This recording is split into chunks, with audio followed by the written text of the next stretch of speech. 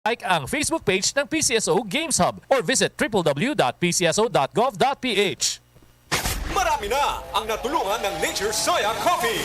Ako si Julie Villamor, isang cook. May hyperacidity ako noon, kaya tinigil ko ang kape. Pero ngayon, nakahanap ako ng walang caffeine. Subukan nyo na rin ang Nature Soya Coffee dahil natural ito. Kayo rin, gumamit na ng Nature Soya Coffee. Mabibili sa inyong mga suking butika. Mahalagang paalala, ang Nature Soya Coffee ay hindi gamot at hindi dapat gamitin panggamot sa anumang uri ng sakit. Lumipas at magbago ang panahon.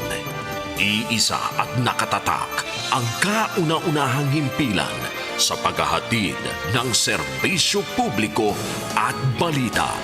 Ito ang Radio Mindanao Networks. Higit 6 na dekada sa paglilingkod sa masang Pilipino. Sa Metro Manila, ito ang DZXL 558 Radyo Trabaho. Ang inyong gabay sa hanap buhay. Narito na ang pagkakataon para alamin ang mga ginagawa ng bawat lider sa inyong lungsod, munisipyo, lalawigan at distrito sa Metro Manila at maging sa mga probinsya. Meet the Boss! Meet the Boss! Hihimayin at sisiyasatin din ang mga usapin, mga problema na may kinalaman ang inyong mga local executives. Meet the Boss sa isang exclusive at one-on-one na panayam kasama ang veteranong broadcaster na si Radyoman Ely Saludar sa programang Meet the Boss. Basta trabaho, tutok araw-araw sa unang-una, nag-iisa at tunay na gabay sa hanap buhay. DZXL 558 Radyo Trabaho.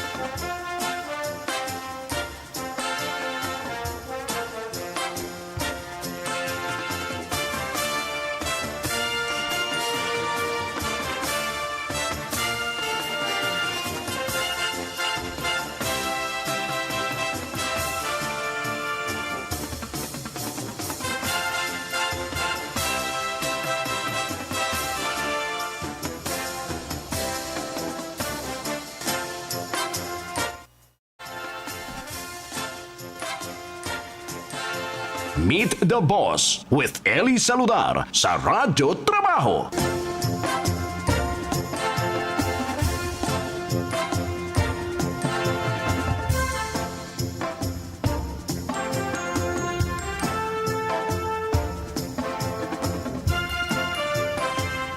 Ay, magandang umaga Pilipinas, Luzon, Visayas at Mindanao. Ngayon po'y araw ng Lunes, Monday, pista opisyal. Wala pong pasok sa mga may trabaho. Pero wala pa rin pasok sa walang trabaho dahil sa wala po silang talagang pasok. Ngayon po'y araw ng Lunes, November 2, 2020. Magandang umaga Pilipinas. Ako pa rin ho yung Radyoman Ely Saludar. At siyempre tuloy-tuloy lang ho tayo sa ating mga balitaan at pagtalakay sa mga mainit na issue na kanina pa ho ay inumpisahan na, madaling araw pa lang ho, ay inumpisahan na ng ating mga kasamang Radyoman dito po sa DZXL 558 Manila. At siyempre mga kasama, bukod po sa inyong mga radyo, tayo po ay napapakinggan at napapanood din dito po sa aming Facebook page, RMN DZXL 558 Manila. At sa aming YouTube channel ay DZXL 558. At siyempre ganyan din sa aking Facebook page, Mediaman Ely Saludar.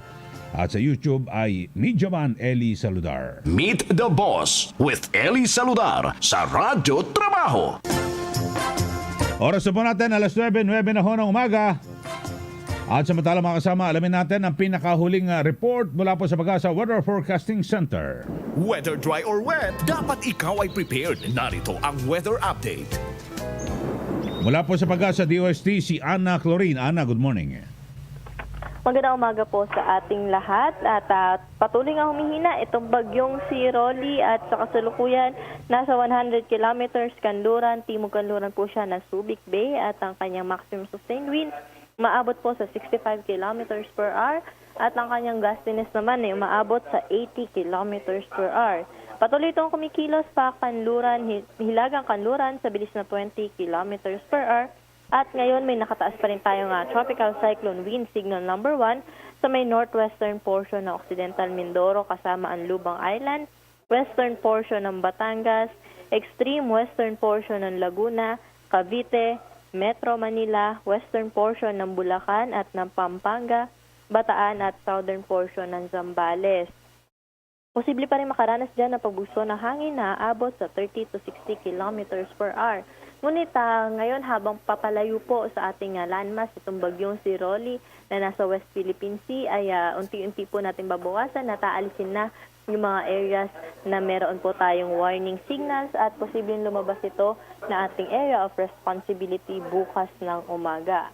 Samantala si bagyong Shoni ay nasa layong 850 kilometers silangan ng Hilagang Luzon. Ang kanyang maximum sustained wind umaabot po sa 65 kilometers per hour at ang kanyang gustiness naman ay umaabot sa 80 kilometers per hour. At kumikilos po ito pakanluran, hilagang kanluran sa bilis na 30 kilometers per hour. At in the next 2 to 3 days, wala pa naman po tayo nakikita nga direktang epekto nito sa anumang bahagi ng ating bansa. Ana? Para sa magiging lagay ng ating panahon ngayong araw, mas maaliwalas na po ang ating naasahan dito sa Metro Manila, ngunit makulimlim pa rin po sa buong bahagi ng Luzon, pati na rin sa Western Visayas, Central Visayas at Zamboanga Peninsula, at may posibilidad pa rin po yan ng kalat-kalat na may hina hanggang sa katamtamang mga pag-ulan. The rest of the country, magiging generally fair weather condition, mga panandali ang buhos ng mga pag-ulan na lamang inaasahan natin sa hapon at sa gabi. Nakataas ang gale warning natin sa mga areas na meron po tayong warning signals at ganun din sa baybay ng Batanes, Cagayan, kasama ang Babuyan Islands, Isabela, Ilocos Norte, Ilocos Sur, La Union, Pangasinan at Zambales. Delikado ang pagpalaot sa mga nabanggit nating karagatan dahil sa inaasahan nating maalan hanggang sa napakaalan na karagatan na maaari po umabot sa 4.5 meters ang wave height. At yan muna latest natin dito sa Weather Forecasting Center ng Pag-asa. Ako po si Ana Clorin. Magandang umaga. Okay, Ana. Yes po. So, dito sa Metro Manila, inaasahan natin magiging maganda na. Si Shoni, walang epekto rin ito? Unti-unti na pong gaganda Apo. yung ating panahon dito sa Metro Manila. Pero si Shoni, wala nang epekto to? Si Shoni, wala pa pong epekto at sa mga susunod na araw sa Hilagang Luzon po siya Hilagang magkakaroon Luzon. ng direktang epekto. Pero sa mga kabikulan ay paano? Wala na rin si Rolly? Humupa na? Alin po, sir? Sa Bicol region, wala na rin si Rolly? Hindi na makakapekto? Si Rolly ngayon ay papalayo na at unti-unti na rin pong malilift yung ating warning signal. Ayun. At siyempre ngayon, Berman, yung amihan, umiiral na, Sorry di ba? sir, napuputol po yung linya po natin. Okay. Ana, Yes po. pero yung amihan ay umiiral na, di ba, dito sa ating bansa? May mahinang northeast monsoon po tayo pero hindi pa po siya full-blown na amihan. Ayun. Pero unti-unti na po, nasa transition period tayo. Unti-unti na lumalamig yung ating temperatura sa madaling araw hanggang umaga. Okay, salamat. Maraming salamat Ana, good po. morning. Yes po. Thank you.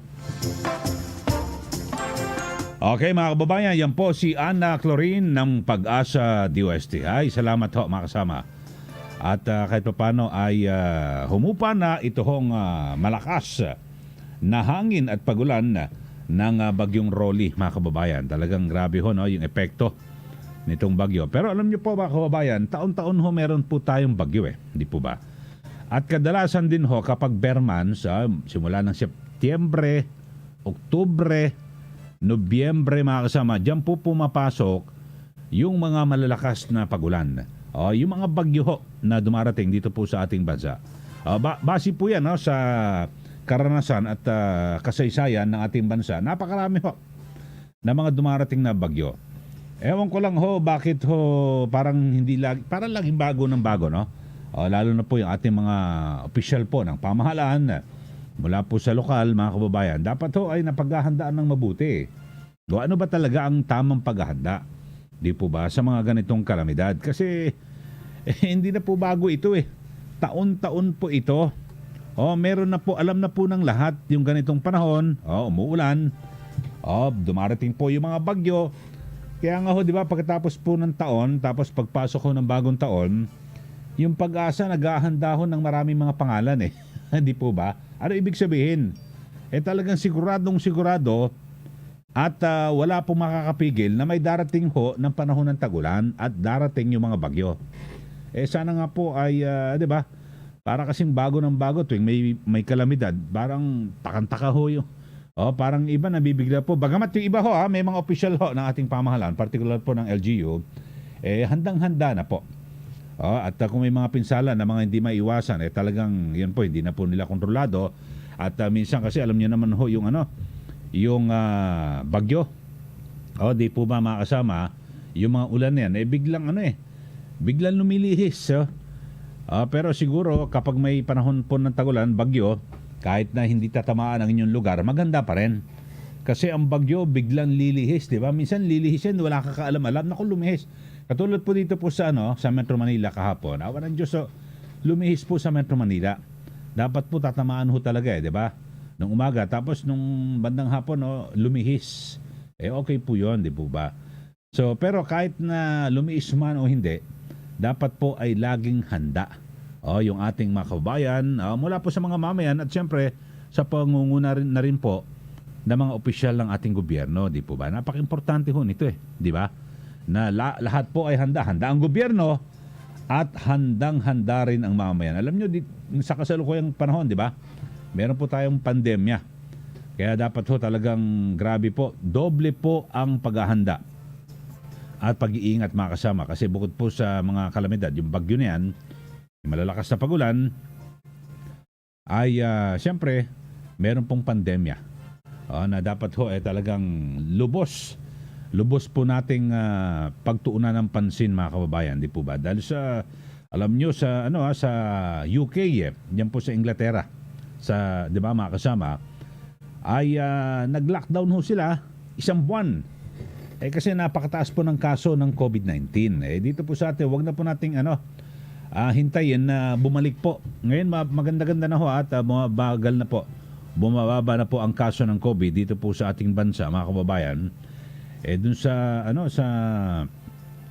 sa Inglaterra mga kasama, sa UK, napakarami ho. Kaya ang ginawa ho ng Prime Minister si Boris Johnson ay magpapairal sila ng lockdown ng 4 na linggo o 1 buwan.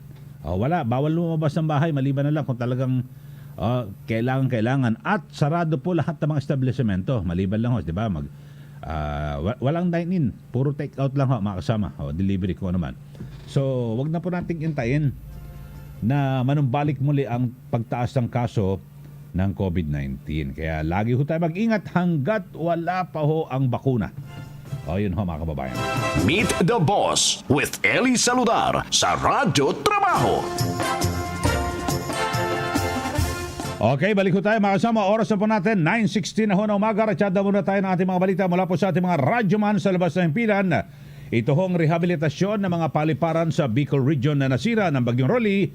Minamadali na ayon po sa kaap ang detalye ng balita niya mula kay ex-radyoman Dos Joyce Adra. DZXL Radyoman Report. Mahigpit na tinututukan ng Civil Aviation Authority of the Philippines ang pagsasayos ng mga paliparan sa Bicol Region na lubhang napinsala ng Bagyong Rolly. Ayon kay CAAP spokesman Eric Apolonio, ang Naga Airport ang nagtamo ng matinding pinsala ng bagyo kung saan natuklap ang kisame nito at nabasag ang ilang salamin partikular sa Passengers Terminal Building na hinampas ng malakas na hangin. Nagkaroon din ng bahagyang damage ang runway ng Naga Airport kung saan nasira ang ilaw nito at ilang debris ang nagkalat sa runway mula sa nasirang Passengers Terminal Building. Una nang itinigil ang operasyon sa Virac Airport at Naga Airport simula nitong Sabado ng hapon, October 31, dahil nga sa inaasang pagtama ng Super Typhoon Rolly. Patuloy din ang pagsasagawa ng clearing operation ng mga tauhan ng Naga at Legazpi Airport para tanggalin ang mga debris na nagkalat sa runway ng paliparan para sa muling pagbubukas ng operasyon nito.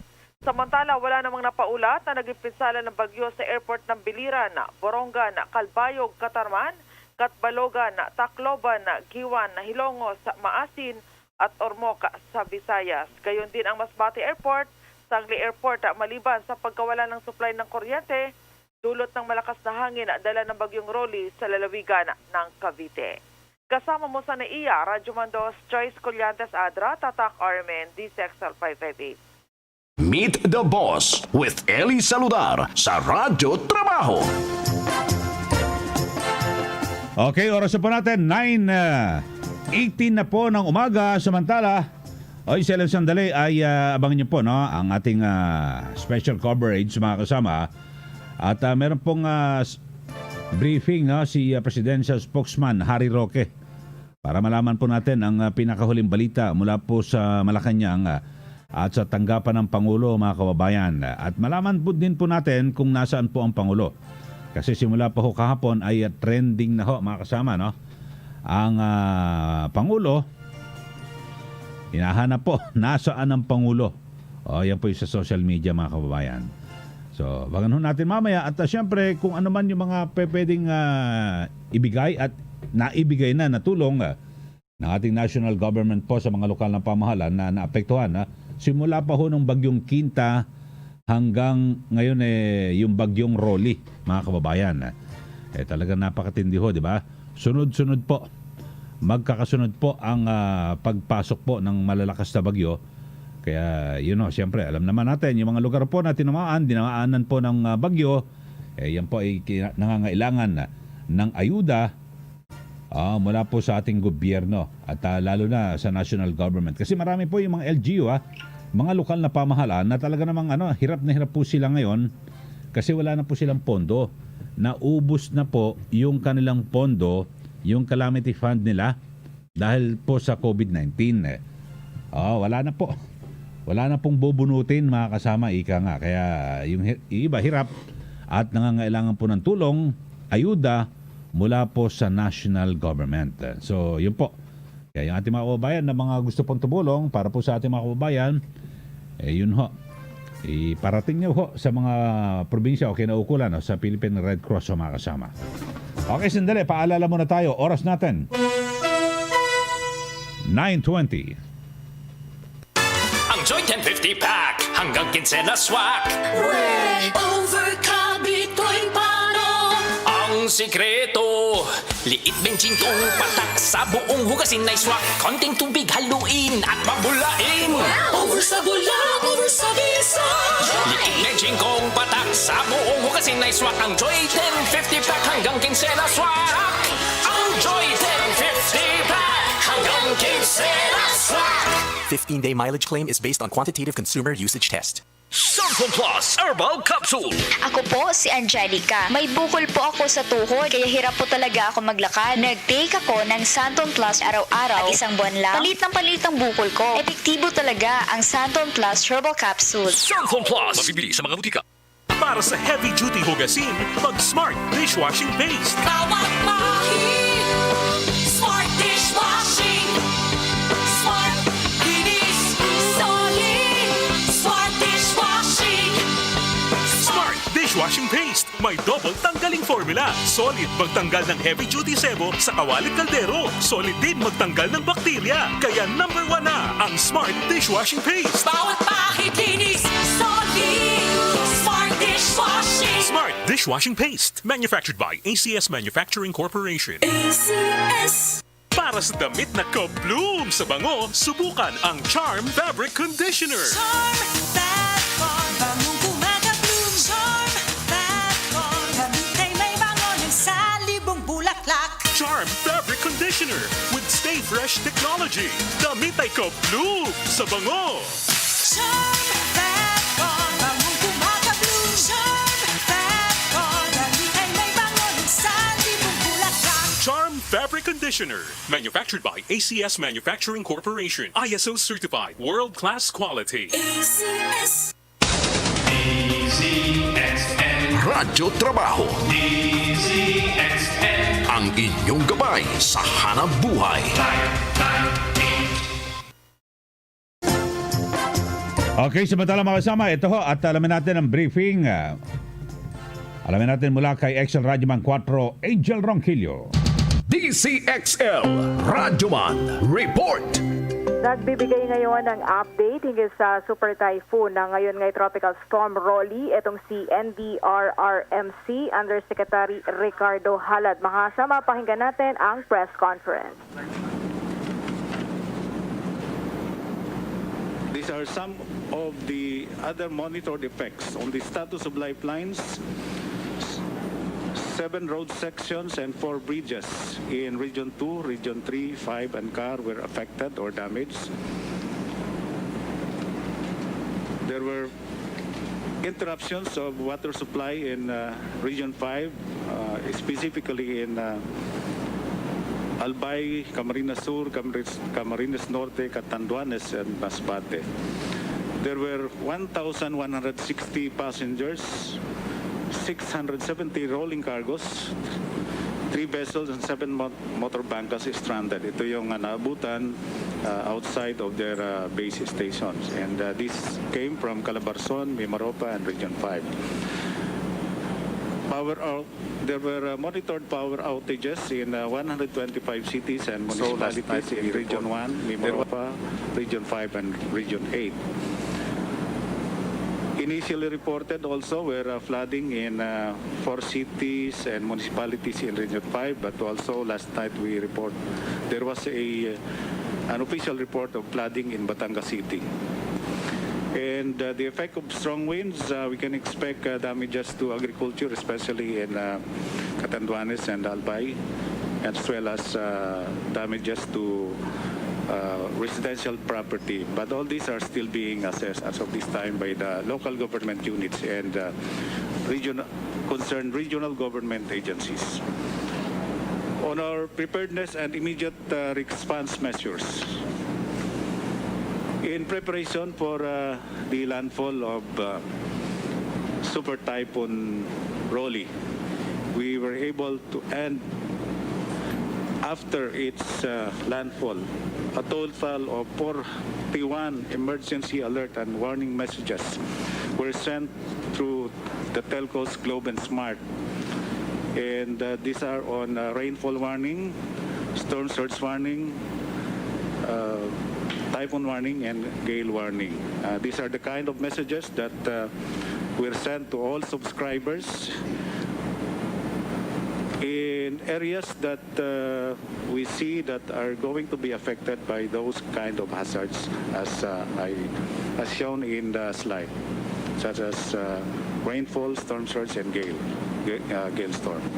We also conducted a series of pre-disaster risk assessment meetings. These were presented yesterday already. The local government units, through the activation of Operations Listo of DILG, carried out preemptive evacuations. And we issued typhoon warnings, advisories, and other directives, and coordinated with concerned agencies to follow up on their preparedness measures. And set up in the operation center of NDRRMC here a combination of physical and virtual emergency operation center. We have activated the National Disaster Risk Reduction and Management Council response clusters. The representatives of the various agencies composing these are here inside these premises, coordinating with their respective offices in the central office, regional offices, and local government units. These are the response operations by clusters, the search, rescue, and retrieval teams deployment, the Tactical Operations Group 4 of Philippine Air Force based in Lucena City deployed some personnel in Lopez, Quezon. While the 710 Special Operations Wing of the Philippine Air Force likewise deployed. Teams were deployed in Capas, Tarlac, and Bulf, and in Batangas. The Air Education and Training and Development Training Doctrine Development Center of the Philippine Air Force Base in Lipa City also assisted in responding to the flooding in Batangas City. And the DOH prepositioned supplies and logistics in the amount of 31 million. And likewise transferred COVID patients from the mega treatment facilities to hospital wards and hotels, 324 all in all. We are also preparing for the mega treatment facilities to hospital wards and hotels, 324 all in all. Warehouses in we are also preparing for the for transportation of relief goods from the various warehouses in Luzon and Visayas for possible augmentation of resources in affected regions. And we have scheduled a flight of C-295 aircraft of the Philippine Air Force today, tomorrow, and November 3 and November 4 to deliver relief goods to Catanduanes and Legazpi City. A total of 5,404 schools of DepEd were used as evacuation centers in Region 1, 2, 3, Calabarzon, Mimaropa, Region 5, 8, and NCR. So the DSWD as lead of the management of evacuation centers at the national level, supporting the management of evacuation centers of the local government units, or what we call the camp coordination and camp management cluster, issued guidelines on the management of and delivery of relief goods to the evacuation centers. And in fact, Secretary Bautista was not able to join us yesterday. He was in region in Calabarzon, seeing to it that their people are acting on the immediate concerns of the local government units. And the emergency telecommunications cluster, being led by DICT, is preparing for the deployment of these assets, satellite and satellite communication system and radio communication systems. These are the assets that are ready and available for deployment for use in our immediate disaster response and delivery of logistics. 607 transportation assets all in all. And for immediate action also, next slide. Today, we are deploying a team of OCD emergency telecommunications team to Catanduanes using a Philippine Coast Guard BN Islander aircraft. They are already in the airport, and they will be bringing a VSAT equipment that will establish satellite voice and data communication with Catanduanes. I would also like to report that the OCD Region 5 and 9th Infantry Division deployed a team to Catanduanes today using a Philippine Air Force helicopter that was led by Brigadier General Adonis Bahaw, the Assistant Division Commander of 9th Infantry Division, and Mr. Jesar Adornado of the Division Chief of OCD Region 5. They are already in Catanduanes, and is trying to establish communications with us through satellite satellite phones. And the initial delivery of relief goods to Catanduanes, to Bicol, is as shown. It will be today and tomorrow. We will also be deploying an augmentation of rapid damage and needs assessment team from the NDRMC in Catanduanes.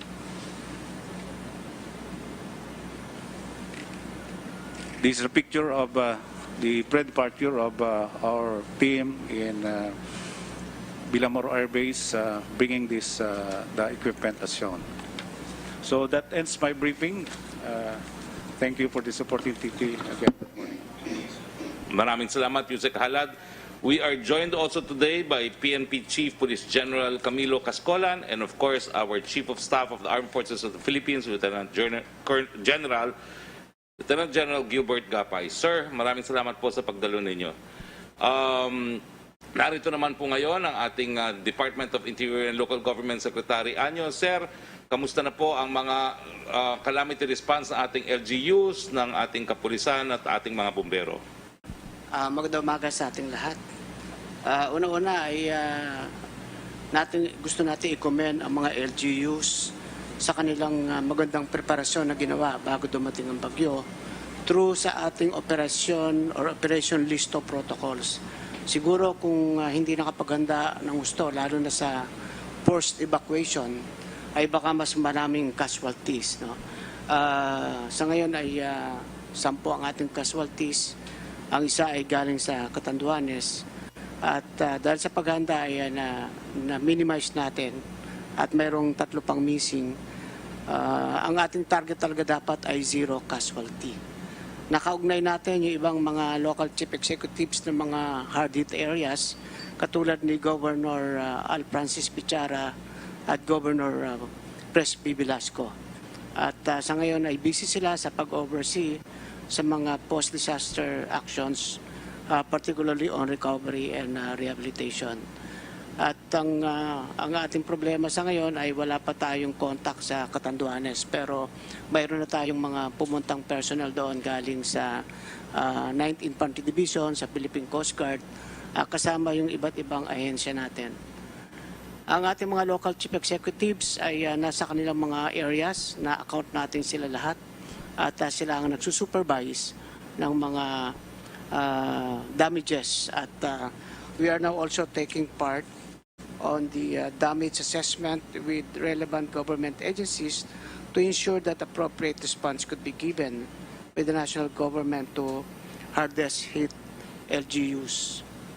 At masasabi natin na katulad ng ating pinag-utos kasama ang DOH, ay inobserve pa rin nila ang health safety protocols, ang minimum health standards kahit sa gitna ng ating bagyo. Ang ating Philippine National Police sa pamumuno ni General Cascolan ay nag-deploy ng 2,959 search and rescue personnel at meron pang nakastambay na 15,992 search and rescue personnel sa lahat ng areas na nangangailangan. At ang ating Bureau of Fire Protection naman sa pamumuno ni Fire Director Imbang ay mayroong nakatalagang 1,557 BAP assets, no, lalo ng mga fire trucks at 80 ambulances. So sa ngayon ay patuloy tayong makikipag-ugnayan para siguraduhin natin na yung mga missing ay makita natin, and at the same time makatulong tayo sa pag-recover at pag-rehabilitate. Yun lang po. Maraming salamat. Salamat, Secretary Anyo. Susunod naman po, siyempre po, 100,000 po lumikas sa kanilang mga tahanan patungo sa mga evacuation centers at malakas ang ulan, malamig, maraming nagkasakit. Secretary Duque, kamusta po ang ating tulong na binigay pagdating po sa kalusugan ng ating mga kababayan? Maraming salamat, Secretary Roque, at magandang umaga po sa aking mga kasamang miyembro ng kabinete at sa ating po mga kababayan. Isa pong magandang umaga sa ngalan po ng Department of Health. Ang mga issues and concerns na ibig ko pong ibahagi sa ating po mga kababayan ay una-una dahil sa pinsala ng bagyo ay unstable ang ating communication lines, power, and water supply, lalo-lalo na po sa Region 5. Ang ating mga health personnel sa Region 5 ay nahihirapan rin makareport for duty dahil po sa dinanas na heavy flooding, flash floods, at lahar flows. No? May mga potential na cold chain management na problema para sa ating mga bakuna, ang COVID-19 test kits at specimens kung magtatagal ang pagbalik ng kuryente. Kaya ako nananawagan sa Department of Energy na sana po bigyan prioridad ang pagbabalik kaagaran ng electrical supply sa mga apektadong lugar, lalo na't may parating na naman isa pang bagyong Typhoon Shawnee. At gamitin ko po ang pagkakataong ito na bigyan din ang mga paalala at mga karagdagan announcements.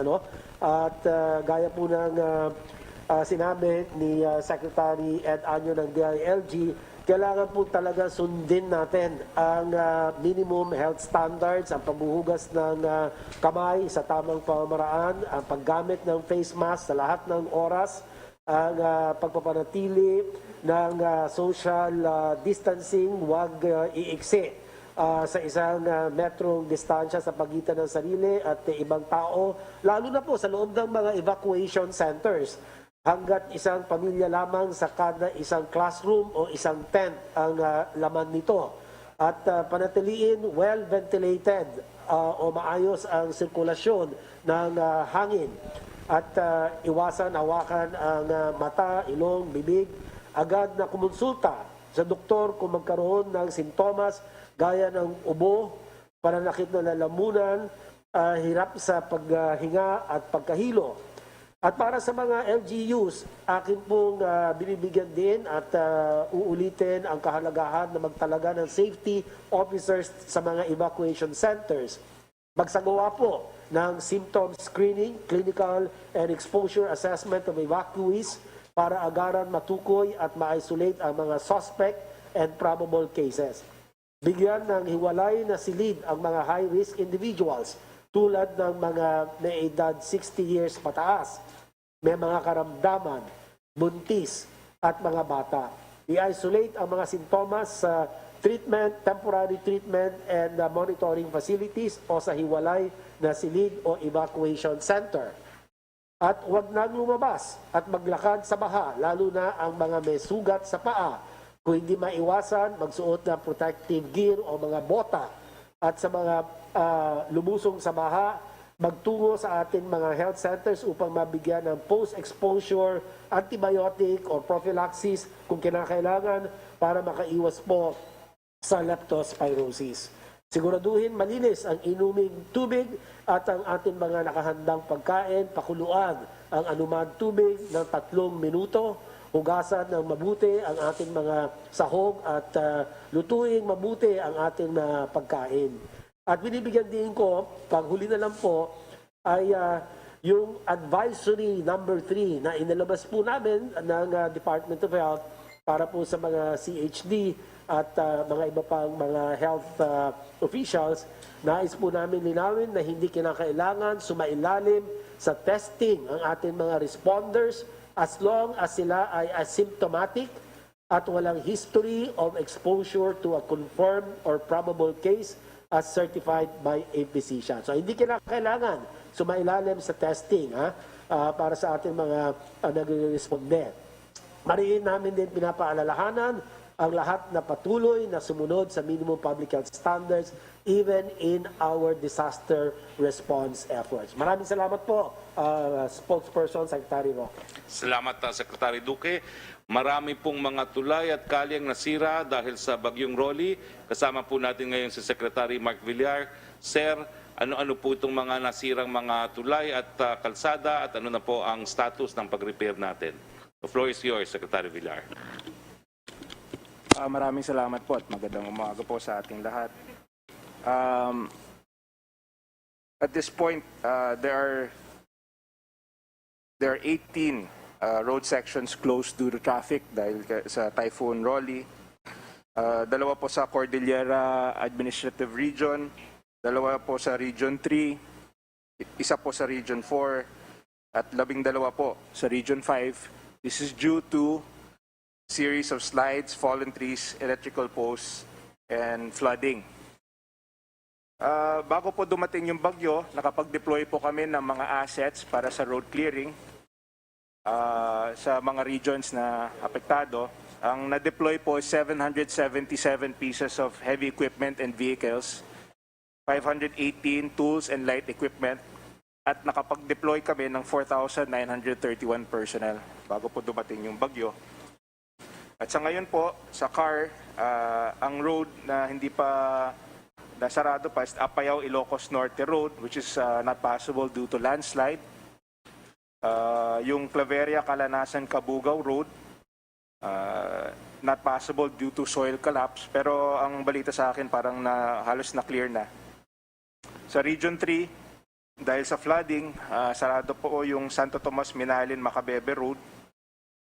At pati yung Nueva Ecija Aurora Road, not possible due to flash floods and mudslide. Sa Region 4A po, yung Katanawan Buena Vista Road, not possible due to fallen trees. And of course, clearing operations are ongoing.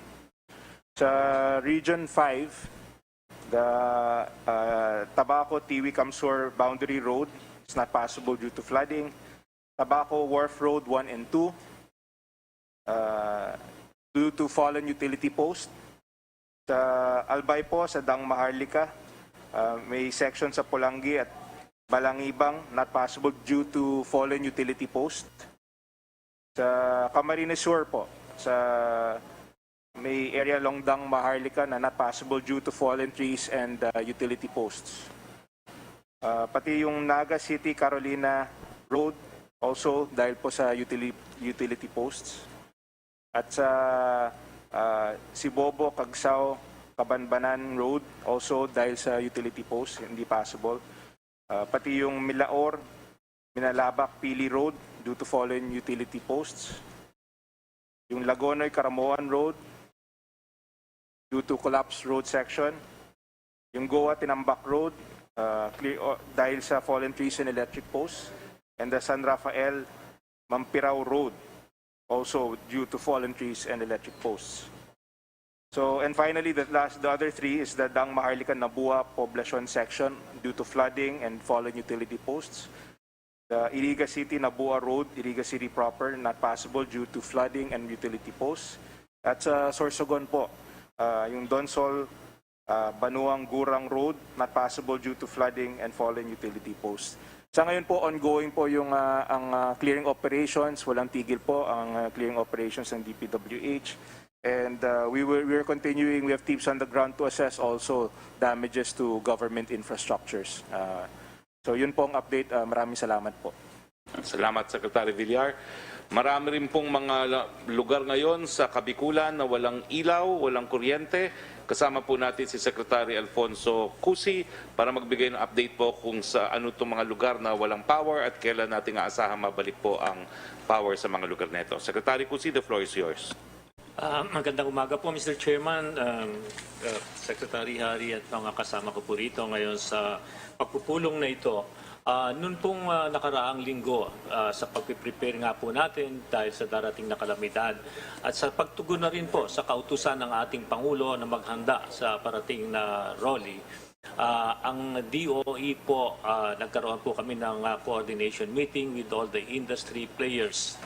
Composed po ng generation companies, transmission companies, cooperatives, oil players, NPC, NEA, at pinag-usapan na nga po namin kung paano natin naharapin itong parating na rally. At kinuhan po namin ang sinabi nga pong worst scenario case. Po. At nakahanda po lahat ang pagtugon sa bagyong ito. So, ang nangyari po, sa ngayon, nagkaroon po ng walang mga kuryente sa Bicol at dito rin po sa NCR. As I speak, as of 6 o'clock this morning, the mga 8,500 households ang wala pong kuryente at ito po ina-addressa na ngayon ng Meralco.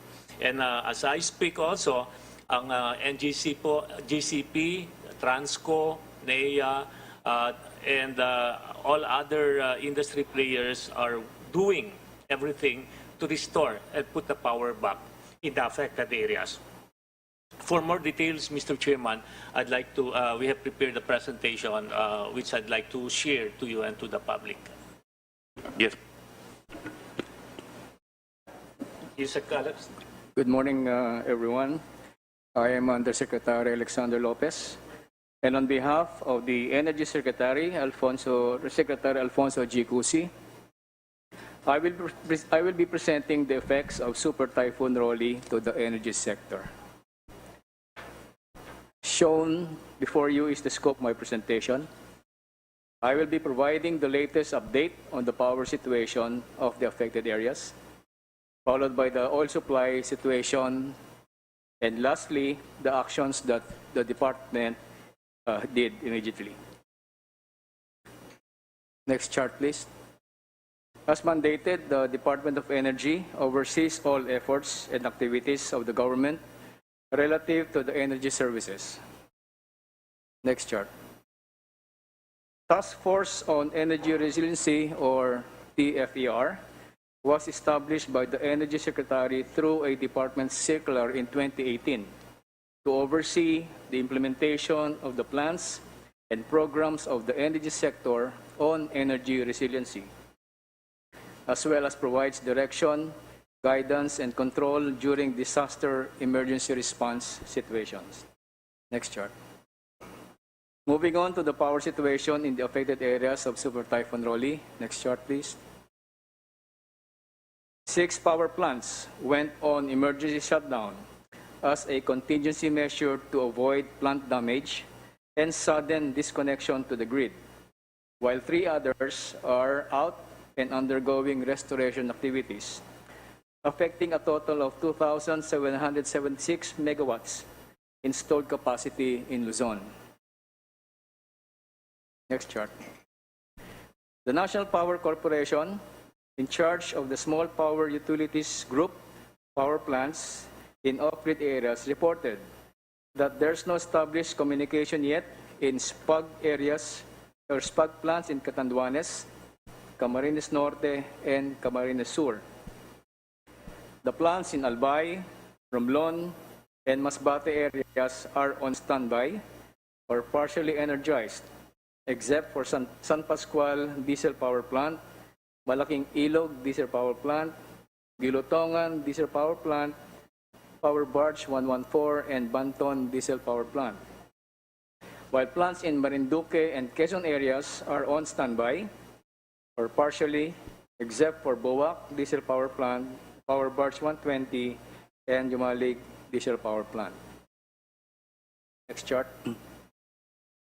The National Grid Corporation of the Philippines, on the other hand, reported several damaged transmission lines that affected provinces of Quezon, Camarines Norte, Camarines Sur, Albay, and Sorsogon. Next chart. In terms of distribution utilities, the National Electrification Administration, or NEA, reported 45 electric cooperatives were affected in 8 regions, of which 24 are under normal operations, 10 have experienced partial power interruptions, and 11 experienced total power interruptions. Shown are the status of restoration of distribution facilities in the affected areas of Super Typhoon Rolly in Calabar Zone, Bicol, and Eastern Visayas regions, with the concerned distribution utilities and the corresponding percentages of the households for restoration. As of late, the whole of Bicol region still has no electricity. A special feature and a laudable activity of the restoration and rehabilitation efforts of the electric cooperatives under NEA is the Task Force Kapatid. This slide shows the status of the task force. Other electric cooperatives extend assistance to the affected electric cooperatives to expedite and facilitate the restoration works. And further shown are the number of assisting electric cooperatives for deployment to the affected areas. Next chart, please. The personnel of the Task Force Kapatid of the electric cooperatives are ready to go and are on standby and awaiting clearance for deployment. There are issues or concerns, however, that would like to seek assistance from the NDRRMC. 1. Due to the COVID-19 pandemics, travel clearance of the team is needed. The task force will bring in or will have their own provisions, but they would need, however, a place to rest or to sleep in the area. Level of stocks are being verified in the area, and in order that the task force will have materials to use when they arrive. However, communication has yet to be established with Fiselco in Catanduanes since last night. In this regard, assistance is sought from NDRMC to contact Fiselco before the deployment of the teams for damage assessment, among others. For the status of oil supply, we are glad to report that there is sufficient supply of petroleum products based on the inventory requirement in affected regions in Luzon, and this is equivalent to a total of 22 days' worth of supplies.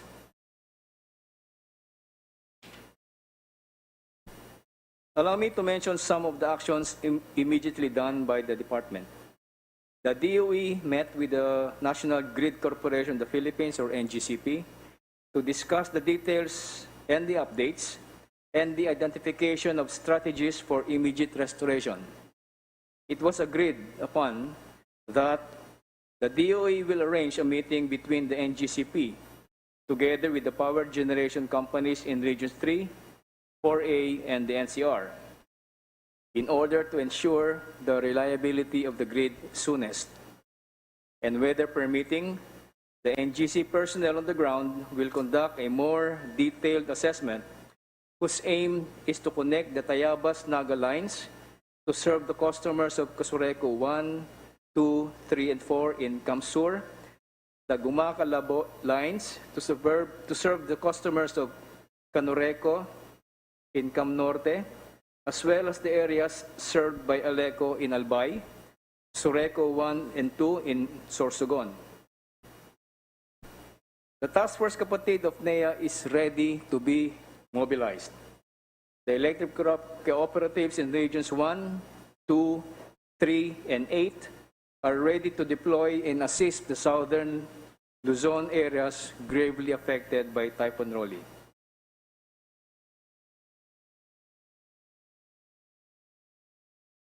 Thank you, That Mr. is my Chairman. presentation, sir. Thank you very much. Thank you, Sec. Pusi. We are also joined via Zoom by our Secretary of Agriculture, Secretary Dar. Sir, ano pong estimate ng damage natin sa ating mga pananim at anong tulong na maibibigay natin sa ating mga magsasaka na nasalanta ng Bagyong Rolly? The floor is yours, Secretary Dar. Maraming salamat, Spokeshari and colleagues of the Cabinet. Good morning again. Due to the early advisory of the Department of Agriculture and based it on the Pag-asa forecasts, a total of 242,000 hectares of rice have been saved from Regions 1, 2, 3, 4A, and 5, with an equivalent production of more than 1 million metric tons, amounting to 16.9 billion pesos. As for corn, a total of 11,000 hectares have been saved from Regions 1, 2, and 5, and 8, with an equivalent production of 45,703 metric tons, amounting to 579 million pesos. So ito po yung na-save. Now, going forward, the actions taken by the Department of Agriculture is in close coordination with concerned national government agencies, local government units, and other DRRM-related offices for the impact of Typhoon Rolly and available resources for interventions and assistance, as well as with water management-related agencies for flood risk monitoring and dam water release. Close monitoring have been done and continue to be done for validation of the agricultural damages and losses that may have been incurred in the sector. Now, let me mention that as of today, this morning, the initial estimated agricultural damages and losses is totaling 1.1 billion pesos, which has been brought about by Typhoon Rolly. Earlier, Typhoon Quinta brought damages to almost 2 billion pesos. And most of the commodities that have been badly damaged are rice, corn, high-value crops during this Typhoon Rolly, with almost 20,000 hectares, and about 20,000 farmers as well have been affected. And that's the leading us to 1.1 billion of total damages during this Typhoon Rolly. Now, what are the available interventions that we can give or pursue during the rehabilitation stage for those affected by Typhoons Quinta and Rolly? The Department of Agriculture assures affected farmers and fishers of the following available assistance. A total of 133,326 bags of rice seeds. This is for replanting. 17,545 bags of corn seeds, also for replanting.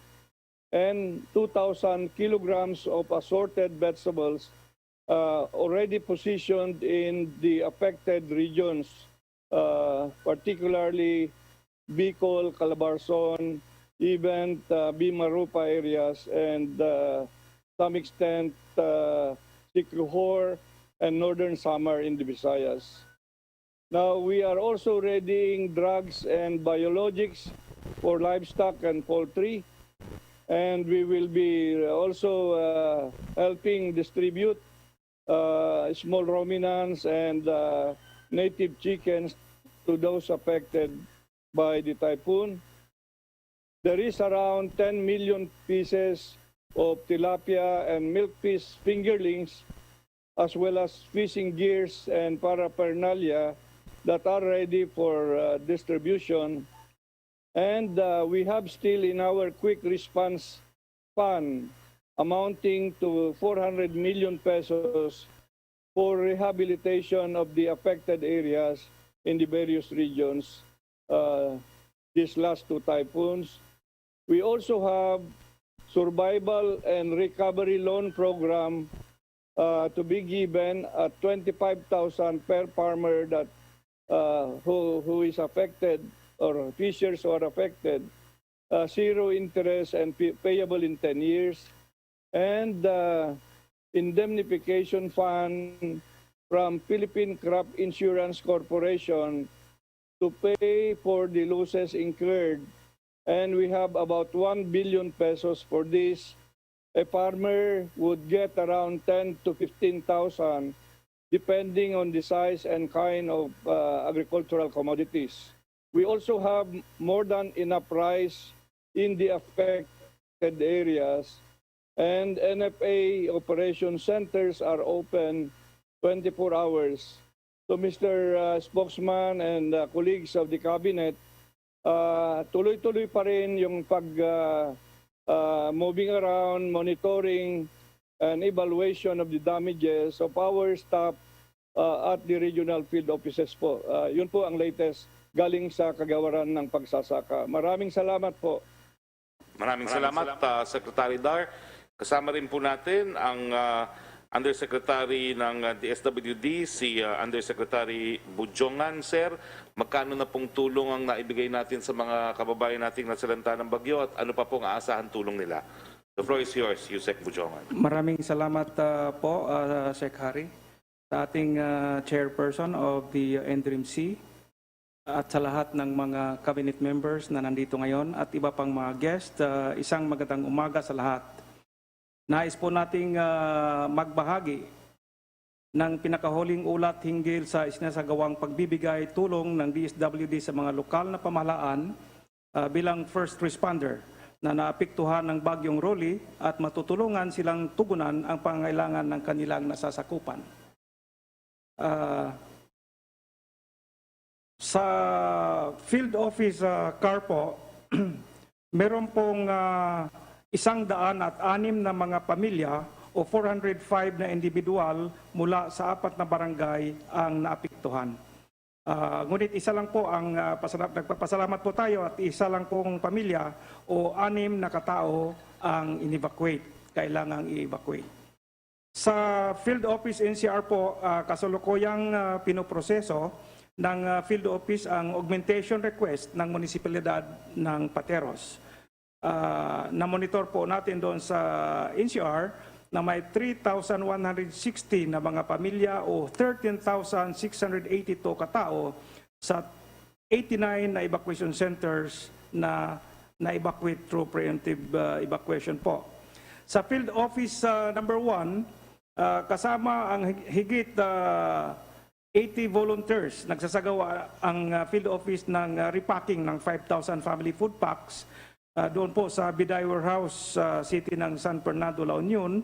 Ang food packs ay papamahagi bilang augmentation support sa mga lokal na pamahalaan sa rehiyon. Ang sa field office 2 naman po, abala rin ang DSWD field office 2 sa pag-repack ng family food packs upang masiguro na mayroong sapat na tulong na may paabot sa mga pamilya ng rehiyon kung kinakailangan. Mayroong karagdagang 1,880 family food packs ang nahanda na, karagdagan sa 21,882 family food packs na stockpile ng field office. Mayroong 1,000 food packs ang ipinadala sa lalawigan ng Quirino noong Oktubre 31.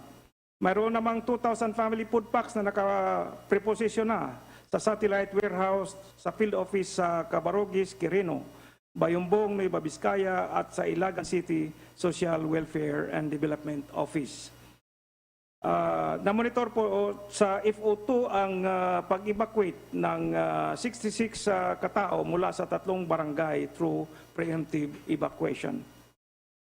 Doon po sa field office number 3, patuloy rin ang repacking activities ng DSWD Field Office 3 sa regional warehouse nito para sa paghanda ng 2,750 family food packs.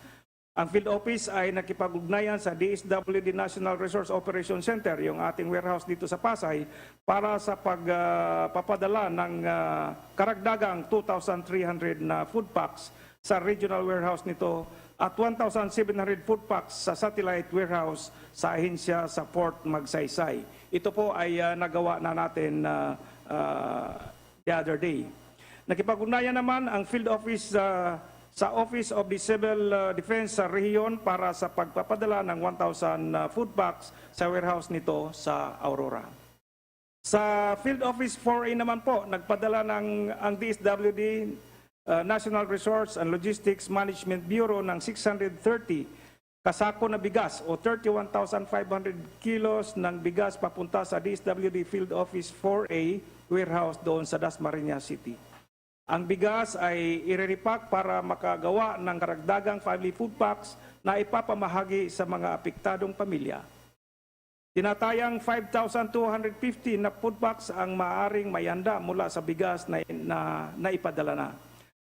Ang affected po doon sa 4A as of 6 a.m. this morning, 8,004 na mga pamilya o 30,146 na mga individual mula sa 305 na mga barangays.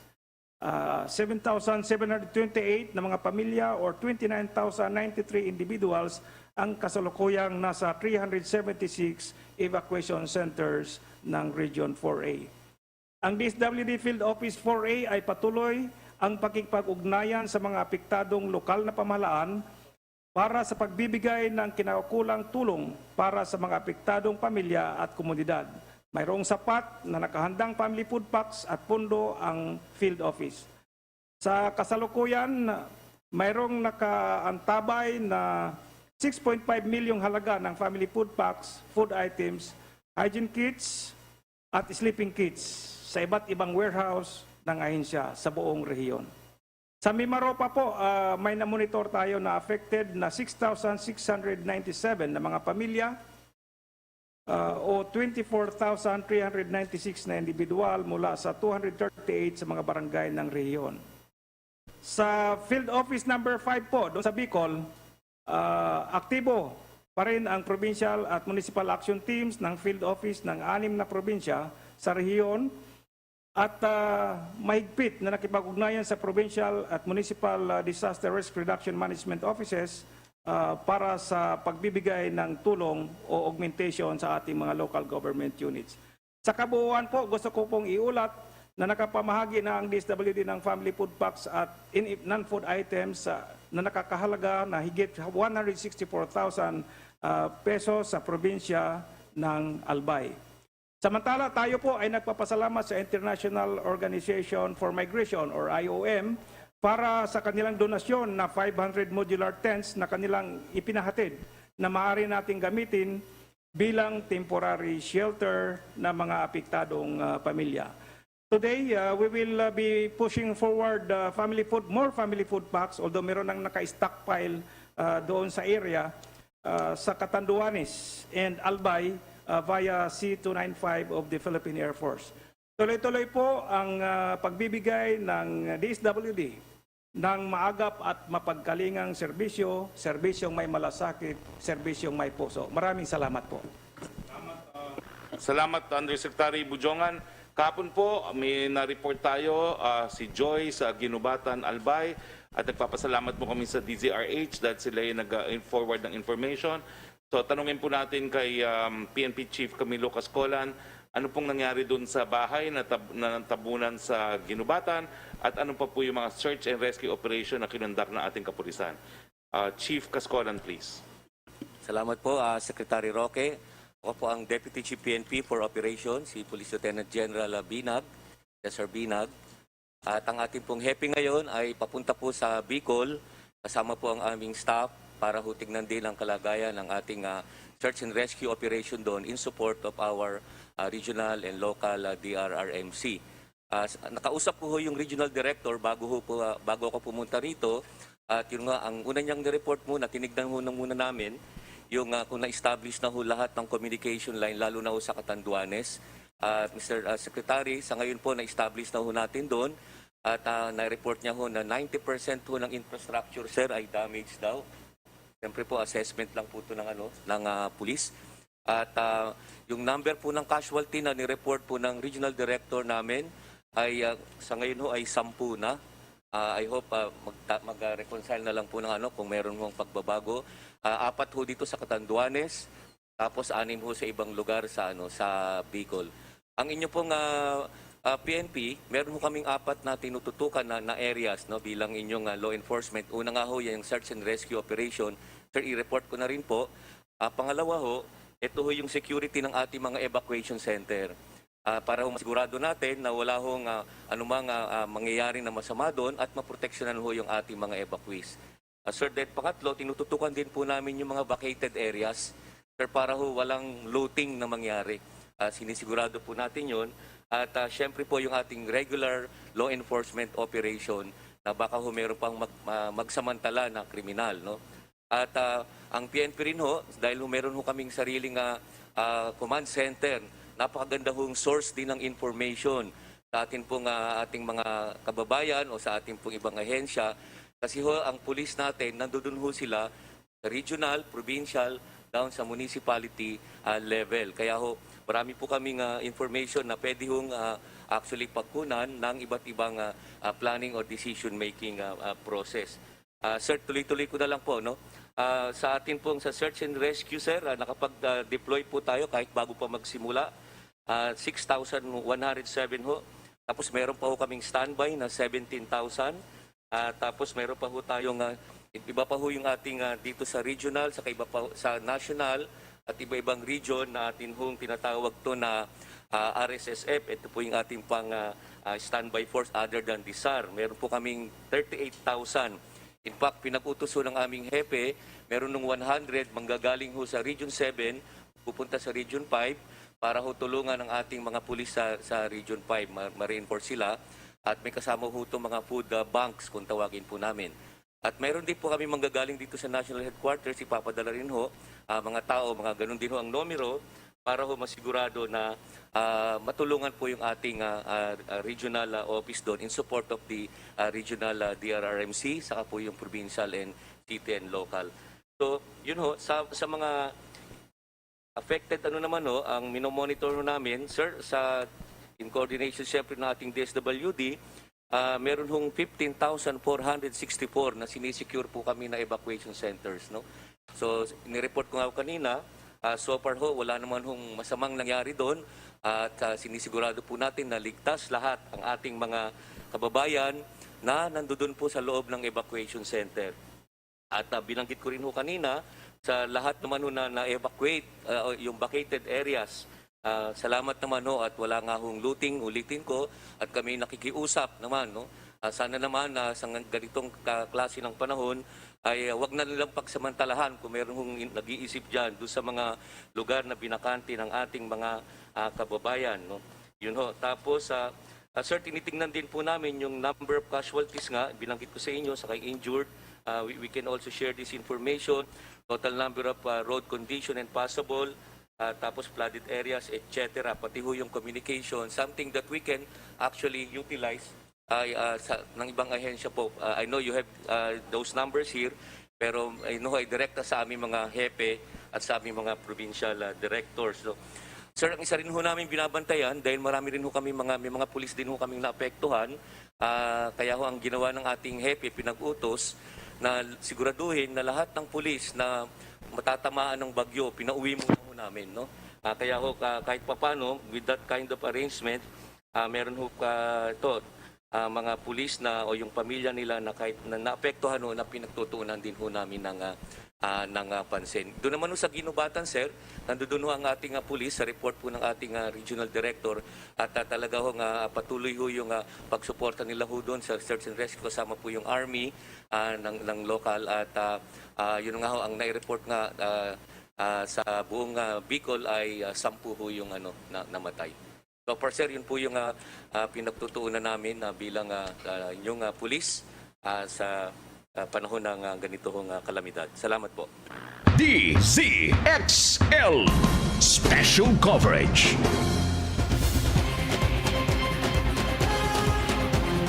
Okay mga kasama, yan po ang nagpapatuloy na briefing diyan po sa tanggapan ng NDRRMC, yung National Disaster Risk Reduction and Management Council, Armed Forces of the Philippines at Philippine National Police at iba pang mga miyembro ng gabinete na pinangunahan po ni Presidential Spokesperson Harry Roque. At yun po yung nagaganap dyan po sa Campo Aguinaldo. Napaka-importante po. At siyempre, kanilang pinag-uusapan yung epekto ng bagyong Rolly, mga kasama. Sandali, paalala muna tayo. Oras natin, 10:17. Santon Plus Gold. Ako nga pala si May. Nabuhan ako ng bukol sa aking suso. Subukan ko ang Santon Plus Gold, 2 kapsula, 3 times a day sa loob ng 3 buwan. Lumiit ang bukol sa suso ko. Santon Plus Gold. Mas pinalakas, pinagaling, pinahusay. Santon Plus Gold. Kapag kintab ng sahig ang pag-uusapan, dito na tayo sa number 1, Star Wax Floor Wax. Kintab ay to the max. Tayo na't maglinis ng sahig, kumending-kending tayo mga misis. Kapag kintab ng pag-uusapan, dito na tayo sa number 1. Mag-Star Wax Wax, Star Wax Wax. Yan ang kintab na to the max, max, max. Star Wax ang number 1 floor wax. May waterproof formula. Buhusan man ng tubig, balik kintab ang sahig. Mag-Star Wax Wax, Star Wax Wax. Star Wax, di amoy gaas. Star Wax ang number 1 kintab na to the max. Star Wax Floor Wax, ang number 1 floor wax. Manufactured by ACS Manufacturing Corporation. ISO certified. World-class quality. ACS. 24 hours ang germ protection ng Shield Bath Soap. Shield Bath Soap. 24 hours ang germ protection ng Shield Bath Soap. Shield Bath Soap. Protektahan ang kalusugan ng pamilya. Mag-Shield Bath Soap regularly. Kills 99.9% ng germs at recommended pa ng Philippine Nurses Association. Mag-Shield Bath Soap. Shield Bath Soap. Shield. Galit sa sakit, may malasakit. Shield Bath Soap. Manufactured by ACS Manufacturing Corporation. ISO certified. World-class quality. ACS. Pride Bar, hindi lang puti, kisla puti. Pag nilaban sa Pride Bar Blue, ang puting damit ay magiging Mas puti ito, mas puti ito, mas puti ito. sa Pride Bar Blue. Pwedeng hindi na ako magtina, anyel o bleach dahil ang Pride Bar Blue ay may power whitener na nanunuot sa bawat hibla. Kaya ang damit ay kisla puti at panayan pa sa kamay. Puti ito, mas puti ito, mas puti ito. Pride Bar Blue with power whitener. Di lang puti, kisla puti. Pride Bar Blue. Manufactured by ACS Manufacturing Corporation. ISO certified. World-class quality. ACS. Panatilihing masaya ang paglilibang. Ang paglalaro sa kasino ay para sa may edad 21 pataas lamang. Magtakda ng oras at limitahan ang gastos sa paglalaro. Huwag magsugal kung nalulungkot. Huwag hayaang makasira ng buhay at pamilya. Para sa impormasyon ukol sa responsible gaming, tumawag lamang sa hotline numbers 623-1869 at 0917-592-6618 o bisitahin ang www.casinofilipino.ph. Isang mensahe mula sa PAGCOR. Keep it fun. Game responsibly. Muli hinikayat po ng PAGCOR ang publiko na huwag tangkilikin ang alinmang sugal na inaalok ng ilang individual at grupo sa social media. Ang parawagan ay kasunod ng matagumpay na operasyon ng PNP Anti-Cybercrime Group kamakailan laban sa isang illegal online bingo operator. Kabilang ang nasabing operator sa ilang nagsasagawa ng illegal na sugal na minamanmanan ng mga otoridad. Mula na magumpisa po ang COVID-19 pandemic ngayong taon, dinagsa ang PAGCOR na mga sumbong ukol sa pag-usbong ng illegal online gambling sa ilang social media platforms gaya ng Facebook. Para mapaigting ang kampanya laban dito, hihingi ng PAGCOR tulong ng Bangko Sentral ng Pilipinas at ng Anti-Money Laundering Council upang imbestigahan ang mga bangko, remittance services at payment solutions na nagagamit sa illegal na operasyon. Nanawagan din ng PAGCOR sa Facebook na makiisa sa ahensya at sa mga otoridad para masawata ang mga illegal na aktibidad na isinusulong sa pamamagitan ng kanilang platform. Ang bahagi ito atid sa inyo ng PAGCOR. That portion was brought to you by Joy Antibac. Iwas germs, iwas sakit. Alam mo ba na ang maling pagsuri at pagbigay ng prescription sa mata ang karaniwang sanhi ng pagkalabo nito? Sweetheart, bakit ayaw mag-on ng TV natin? Han, microwave yan eh. Para sa tamang eye check-up at wastong prescription, go to EO Executive Optical. So if you love your eyes, visit EO Executive Optical. Pilipinas, smile and be part of PCSO's 86th anniversary. Sa bagong pakotes ng PCSO, bibida si Juana para makasali maghanda ng lotto tickets and Juana pictures ngayong may pandemya. 20 photo entries ni Juana ang pipiliin. I-email sa marketing@pcso.gov.ph mula October 16 to 30, 2020. You can win as much as 15,000 pesos. Announcement of winners will be on November 27, 2020. For complete details, ilike ang Facebook page ng PCSO Games Hub or visit www.pcso.gov.ph. Ang Pride with Fabric Conditioner. Ngayon, may blooming na bango ng Sakura. Sakura, Sakura ang bango. Sakura, Sakura, Sakura ang pride ko.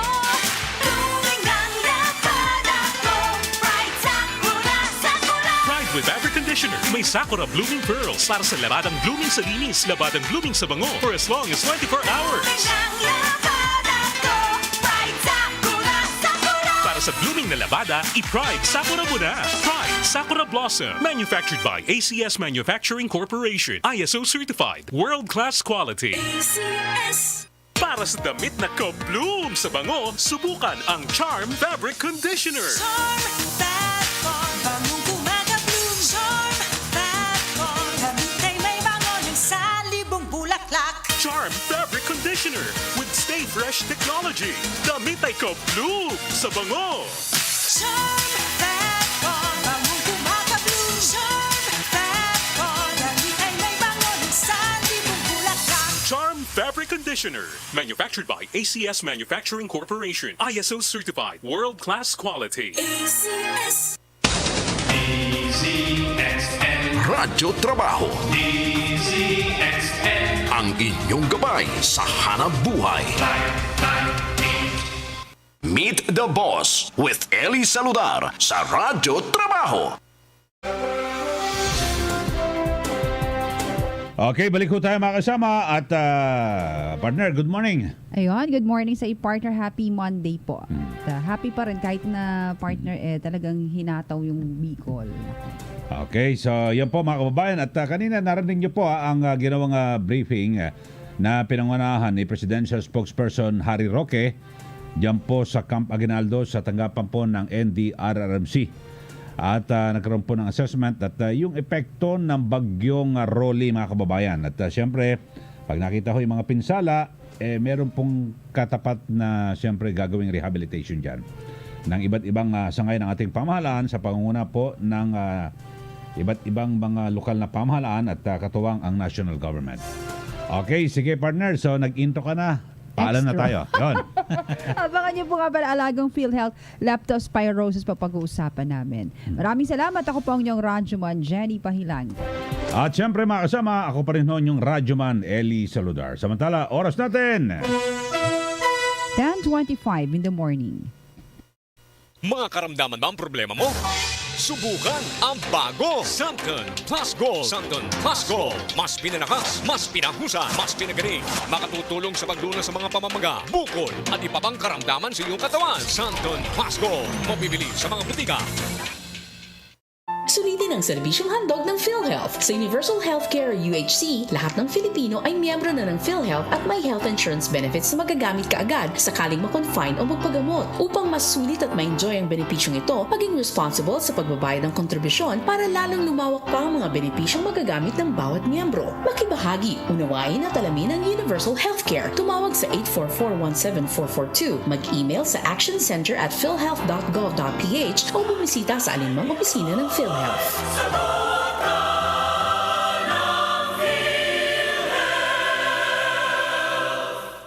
Dumarami na ang guminhawa gamit ang Mighty C. Ako si Erlinda A. Salvia, isang gulay vendors. Madalas akong magkaubo at sipon noon. Nag-Mighty C ako. Pinalakas nito ang resistensya ko.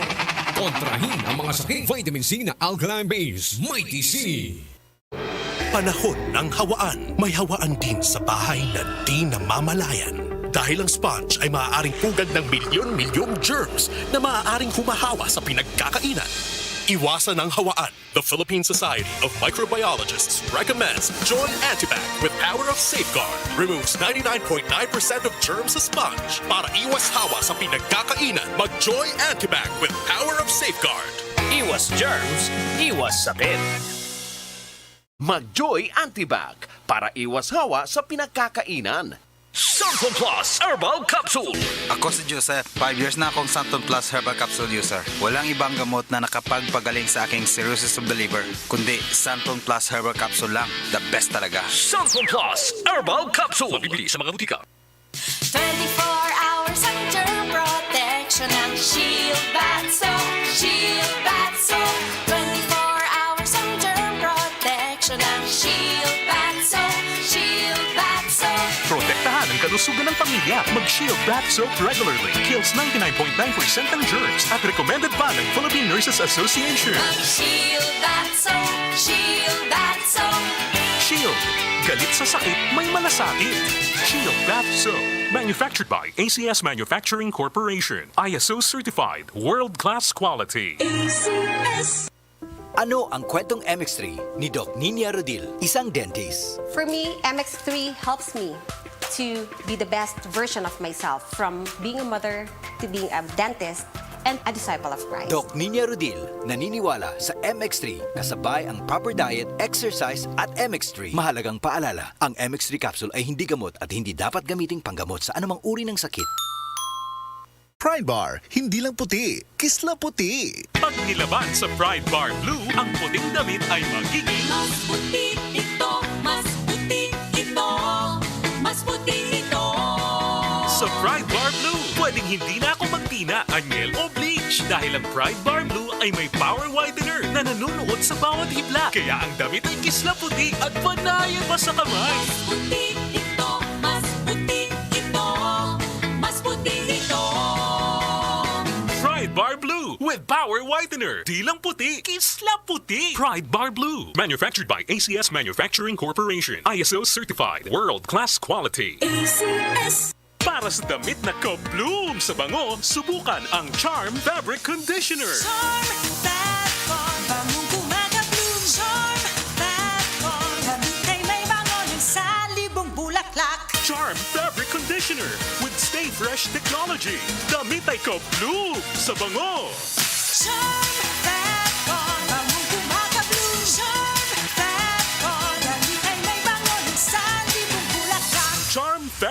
conditioner. Manufactured by ACS Manufacturing Corporation. ISO certified. World-class quality.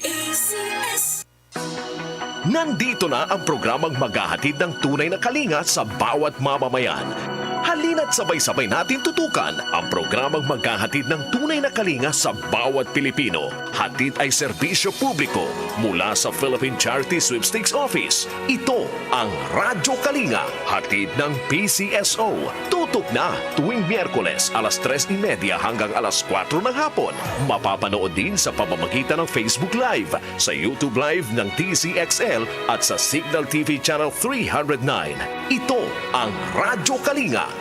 Sa PCSO, bawat pisong tulong tungo sa pagsulong. Kaginhawahan, kinabukasan, lahat ng minimiting makakamtan sa PCSO. Panatilihing masaya ang paglilibang. Ang paglalaro sa kasino ay para sa may edad 21 pataas lamang. Magtakda ng oras at limitahan ang gastos sa paglalaro. Huwag magsugal kung nalulungkot. Huwag hayaang makasira ng buhay at pamilya. Para sa impormasyon ukol sa responsible gaming, tumawag lamang sa hotline numbers 623-1869 at 0917-592-6618 o bisitahin ang www.casinofilipino.ph. Isang mensahe mula sa PAGCOR. Keep it fun. Game responsibly. Muli hinikayat po ng PAGCOR ang publiko na huwag tangkilikin ang alinmang sugal na inaalok ng ilang individual at grupo sa social media. Ang parawagan ay kasunod ng matagumpay na operasyon ng PNP Anti-Cybercrime Group kamakailan laban sa isang illegal online bingo operator. Kabilang ang nasabing operator sa ilang nagsasagawa ng illegal na sugal na minamanmanan ng mga otoridad. Mula na magumpisa po ang COVID-19 pandemic ngayong taon, dinagsa ang PAGCOR na mga sumbong ukol sa pag-usbong ng illegal online gambling sa ilang social media platforms gaya ng Facebook. Para mapaigting ang kampanya laban dito, hihingi ng PAGCOR tulong ng Bangko Sentral ng Pilipinas at ng Anti-Money Laundering Council upang imbestigahan ang mga bangko, remittance services at payment solutions na nagagamit sa illegal na operasyon. Nanawagan din ng PAGCOR sa Facebook na makiisa sa ahensya at sa mga otoridad para masawata ang mga illegal na aktibidad na isinusulong sa pamamagitan ng kanilang platform. Ang bahagi ito at inyo ng PAGCOR. DZXL Radyo Trabaho. DZXL ang inyong gabay sa hanap buhay. Halina't makinig at tumutok sa programang Hatid ay Tulong at Kaalaman tungkol sa serbisyong medikal. Ito ang Alagang PhilHealth. Alagang PhilHealth sa RMN DZXL 558 Radyo Trabaho.